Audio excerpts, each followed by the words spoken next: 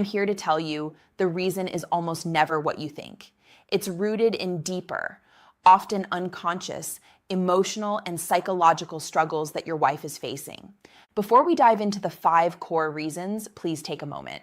Hit that like button, drop a comment letting me know where you're watching from, and make sure you're subscribed so this vital information can reach more men.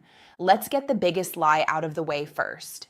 The myth is that your wife's waning interest is purely about physical attraction, or that you need to fundamentally change who you are, a better body, a different technique. Here is the truth. For women, sustained intimacy is a direct reflection of her internal sense of worth and her emotional safety in the relationship. If she is disconnected from herself, if she hasn't taken responsibility for her own happiness and well-being, she enters the relationship empty. When she is empty, connection feels less like sharing and more like draining. When she feels drained, she builds walls. This realization is powerful because it means her lack of interest is not a commentary on your value as a man. It is a symptom of her own emotional system being overwhelmed and lacking self-care. The good man often views marriage as teamwork, shared pleasure, and mutual giving. When intimacy is rejected, he is deeply wounded because his sense of security and validation is undermined. I want to shift your focus from fixing her to empowering yourself. You cannot fill a hole in another person's soul. You can only maintain your strength, your peace, and your dignity. Understanding the why behind her walls allows you to stop taking the rejection personally and start prioritizing your own emotional health. Remember, her emotional health is her responsibility, not your lifelong assignment. Your job is to be a loving partner, not a perpetual source of external happiness. Let's look at the 5 core emotional roadblocks that cause many women to unconsciously shut down. Understanding these allows you to respond with strength, not defensiveness. Number 5, feeling like an object due to self-neglect. If someone feels empty, how can they give? Biologically, when she chronically puts everyone else first, children, career, household, her system is running on low fuel. This chronic depletion, stress, poor sleep, keeps her cortisol high, killing the biological impulse for intimacy. She has nothing left to give, so connection feels like one more take. Emotionally, because she is disconnected from her own needs, she views her body and time through the lens of duty. Intimacy then feels like an obligation, a piece of herself she doesn't have the energy to spare. This diminishes her sense of dignity and makes her feel resentful. Practically, you can gently encourage her to take time for herself, not as a suggestion, but as an essential health requirement. Say, I need you to take 30 minutes just for you today. You need to fill your own cup. Number 4, the need for emotional control. What happens when the fear of losing control starts to govern every part of life, including the bedroom? Biologically, fear and anxiety trigger the fight or flight response. Intimacy requires a surrender to the present, a loosening of the reins, a loss of control. When anxiety is high, the body rebels against surrender. Emotionally, as life becomes more complex, aging, career, family pressures, she may become rigid, trying to control everything to feel safe.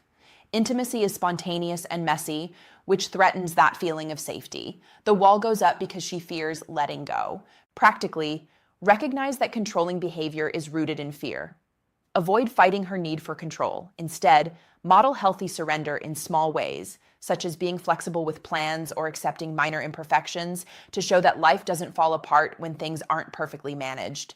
Number 3, self-punishment and low self-worth. Why would a person subconsciously reject pleasure designed for their benefit? Biologically, if she constantly criticizes her body, compares herself to others, or feels deeply insecure, her brain is running a steady loop of negative self-talk. The body reacts to this by withholding pleasure. Intimacy is designed to be pleasurable, but if she feels she doesn't deserve goodness, she subconsciously blocks it. Emotionally, this is the self-punishment loop. She deprives herself of something good because she feels inherently flawed. Sex is fun, joyful, and affirming, and she feels too bad on the inside to accept that goodness. Practically, stop trying to fix her self-esteem. Instead, focus on genuine, non-physical affirmations of her character, her intelligence, kindness, or commitment. Acknowledge her value as a person, not just her appearance. Number 2, never learning to enjoy it for herself.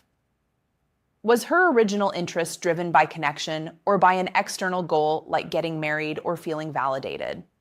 Biologically, if the early experiences of intimacy were about performing or fulfilling a duty, to attract a partner, to feel wanted, her pleasure sensors were never truly activated or explored. She never learned her own body's language of pleasure. Emotionally, if she only had sex for the man, to keep him, to please him, the act became a transaction, not a release. Once the goal is achieved, marriage, the need for the transaction fades, and with it, the desire. Her lack of interest isn't lack of attraction, it's lack of self-discovery. Practically, share this idea gently that intimacy is best when it's about mutual shared joy, not technique or obligation. Encourage honesty. I want this to be fun for you. What do you genuinely like, not what you think you should like? Number 1, loss of respect due to emotional erosion.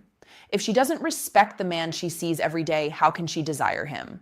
Biologically, this is the most crucial point. If she is constantly nitpicking, treating you like a child, or criticizing your competence, what is sometimes called emasculation, she is fundamentally weakening your image in her mind. Desire cannot survive contempt or pity. Emotionally, when she strips you of your masculine dignity, she strips herself of attraction. She cannot desire a man she treats like a child. This negative feedback loop often stems from her projecting her own self-loathing onto you. Practically, this is where you reclaim your power. You must firmly and calmly refuse to participate in behaviors that diminish your dignity. When she criticizes or controls, you respond with dignified boundary. I am happy to talk, but I won't be spoken to that way. I'm a capable man, and I need you to treat me with respect. Your focus is on your peace, confidence, and self-respect. First, stop saving. For the next 2 weeks, refuse to be your wife's therapist or savior. State, I support your journey to happiness, but that work is yours. Second, define your dignity. Identify 2 areas where you've allowed your wife to treat you like a child. Today, set a firm, calm boundary in one of those areas. Third, invest in your whole self.